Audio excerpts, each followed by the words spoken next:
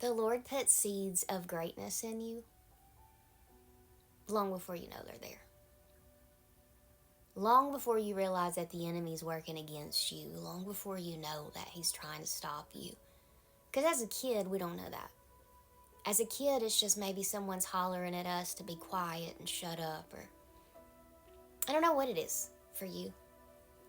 But if you sit back and you think about the stories that you remember most in your life, those were defining moments. For some reason, they were defining. For some people, it's great stories, beautiful stories, and other people have sad stories and stories that shape their life in other ways. One of my favorite stories let's do a polar opposite. I'll never forget my father saying often to shut them up, or we were the reason he was like this. And I remember that started to sink in. So when I got married and I was told to shut them up, and I was the reason he was like this, I believed them both for a little while. I prayed harder. I was nicer. I tried harder. But I could never live up to whatever it was, because it wasn't them saying that. It was whatever was in them saying that. And just like you can be used of God, people can be used of the devil too. It's whatever an empty vessel is. You get to choose how you're filled. And I choose to be filled with the Holy Spirit. And I pray that you do too. But I know we've all, at some place and time, been used by the devil. That's life. Even Peter, when Jesus said, "Get behind me, Satan." But Peter wasn't all bad. It was just that it was a moment. It was a moment in time. Now there's another story that I really love. So me and my cousin Whitney, if you're watching, hello, I miss seeing you. And we had one pharmacy in our hometown. They ain't much here, okay? Cows and people. There's more cows than people, to be honest. And I remember when she come to our school, I was so excited because she was my best friend in the world, right? I mean, like, she literally almost lived with me for a long time, when her mama allowed her to. And we just did everything together. And I remember we found a crack in the fence one time. And I don't know if she'll remember it, but I remember her telling me we were going to get caught. And I remember saying, "I think we can make it. Like, I think we can do it. I know you can. I know you can do it." And I am hyping her up to go through this sliver of fence so we can go to the pharmacy, which is owned by a man in town that we know. He was wonderful. He was so nice. His name was Ron. We're actually kin to him in a way now through marriage. And we went in and we tried to buy 2 Yoo-hoos. And instead of buying the Yoo-hoos, they give them to us. We got blessed. We made it back in before the teacher blew the whistle. And nobody ever knew. But Ron. And I remember so many times that for me, it was leadership. Like, I was a good leader. I was a good comforter. I love to love on people. I love to encourage people and tell them they could do it. And in her case, she was the first one in her family to go to college. And it was such a big deal. I remember she never missed days. And honey, I love me a good sick day. And she was great at that. Like, and she works in the dental industry now.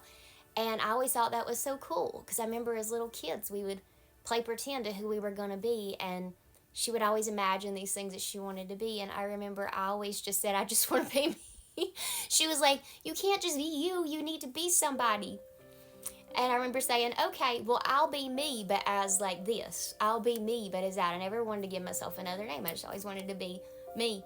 And so it was always funny because she was always very imaginative and I was always very imaginative but logical. I wanted to like work both of them out at the at the same time. And I look at our lives now and I think about how that little girl that never missed a day, I remember sometimes she'd say she just wanted to be out of school sometimes. And I think back now, though, how she always made it in. And honestly, it probably helped her go to college. And honestly, it probably helped her to have a work ethic. And sure, it helps her today to get up and go to work every day. Because I won't crawl around in nobody's mouth. I won't crawl around in my own mouth. I look at that and I go back and I think about the days of encouraging people to sneak out of school with me in this little fence length. And I don't know what it was, but there was always something in me that could encourage people to do things that looked like you couldn't do them. And that worked out well for me because I became a shepherd and I'm pretty good at navigating the pastures. And I always think about that little fence. I think about being a little girl and I think about having to be small and bring bulls back in that have escaped your pasture. And I'm just looking like, I don't know what to do. But you know what? Over time, you learn. And our cows had a sound that they would only come to that sound. And if you don't have cows, people love to see cows, and people would stop and try to call them, like, hey, hey, moo moo cow. That's not what worked. I can still hear my mama. I could still do it. My Uncle Bethel could do it. My cousin Robert could do it. My cousin Chad could do it. We could all do it as a family. But it was, hail, hail.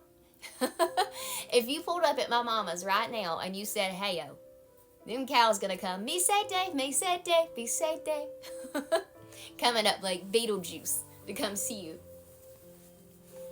But I think about these little stories and how they're seeds of greatness.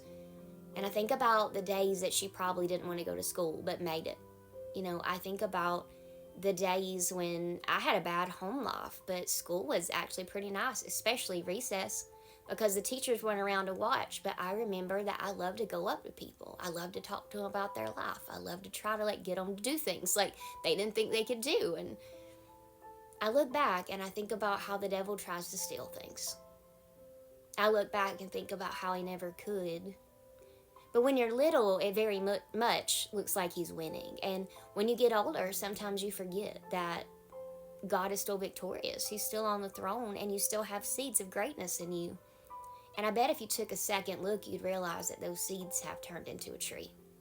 You've probably planted many other seeds in your life that are growing up all around you. And as I say that, a dandelion seed is floating by the window.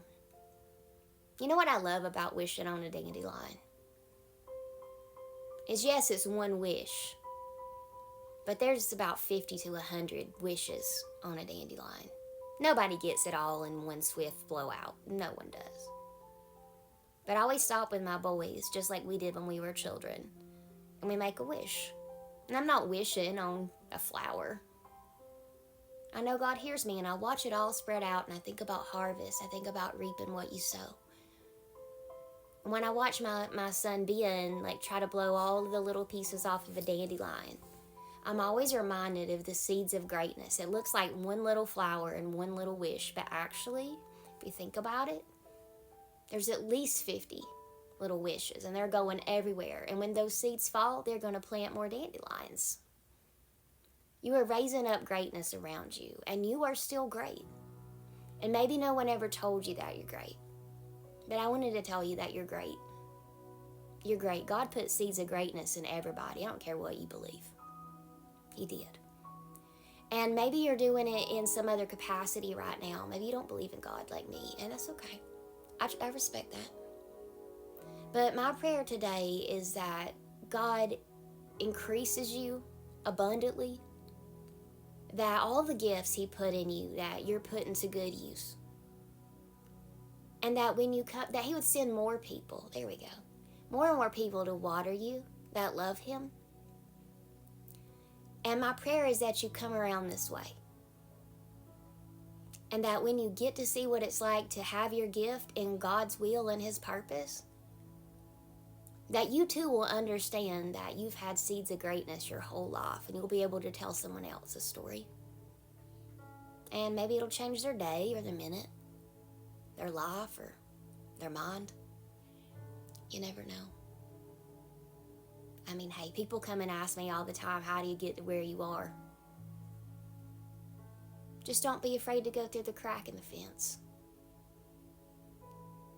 And don't be afraid to take other people with you. We're all just walking each other home, according to Kafka anyway. Be great. There was that little dandelion seed falling to the floor. With God, all things are possible. Even you, boo-boo. Especially you.